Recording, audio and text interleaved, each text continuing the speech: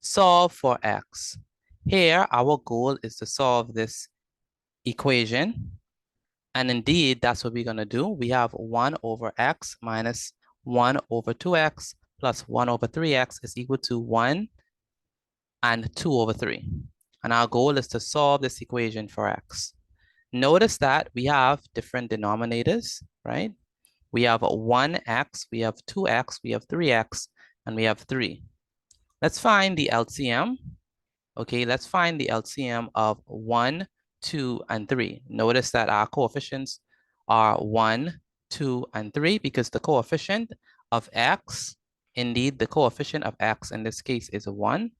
So our coefficients for our denominators are 1, 2, and 3. And we also have 3 as the denominator. So we're going to find the LCM of 1, 2, and 3.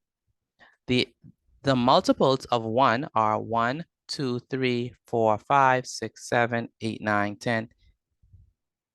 I'm supposed to have 11. So let me put 11 here.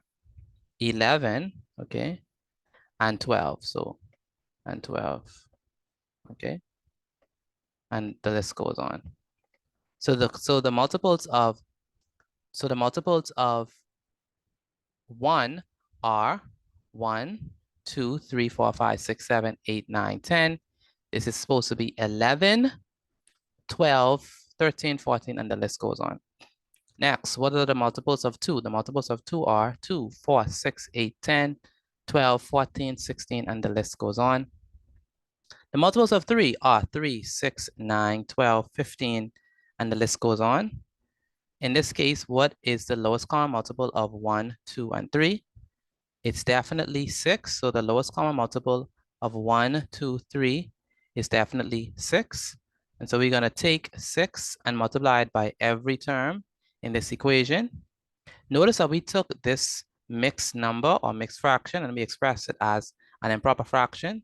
So we have 1 times 3. That's 1 times 3, which is 3. And 3 plus 2. 3 plus 2 is 5. So that's how we got the 5 on top. And we keep the denominator. So we say 1 times 3, which is 3. Then we add 2. 3 plus 2 is 5. So we have 5 over 3. So that's how we converted this mixed number into an improper fraction. And so what we're going to do is notice that the LCM of 1, 2, and 3 is 6. So we're going to take 6 and we're going to multiply it by every term in this particular equation. And notice, what do we have? Well, we have that this 2, right? This 2, right? Notice we have this 2. We know that 2 goes into itself how many times? 1 time. But 2 goes into 6 how many times? 3 times. Again, 2 goes in itself once, but 2 goes into 6 3 times.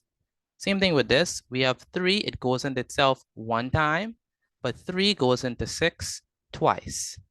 Same thing with this. We have 3 goes into itself once, but 3 goes into 6 2 times.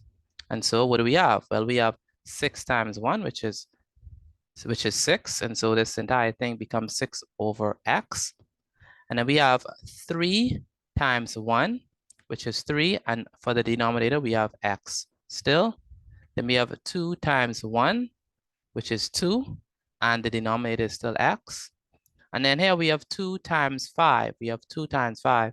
And 2 times 5 is definitely 10. And the denominator is 1. And so notice that the denominators on the left-hand side, all of them are the same. All of them are x. And so since the denominators are the same, we can operate on these fractions. And so we have 6 minus 3. And 6 minus 3 is definitely 3. So 6 over x minus 3 over x is 3 over x. And so we have 3 over x plus 2 over x. We focus on the numerators. We say 3 plus 2. Well, 3 plus 2 is definitely 5. And so 3 over x plus 2 over x is definitely 5 over x. And that is equal to 10 over 1, which we had from here, 10 over 1.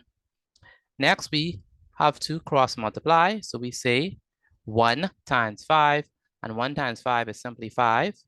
And we say x times 10. Well, x times 10 is 10x. We divide both sides of this equation, by 10. This 10 cancel with this 10. And so we are left with x is equal to 5 divided by 10. And 5 divided by 10 is 0.5. So x is equal to 0.5. And that's the answer for this particular question.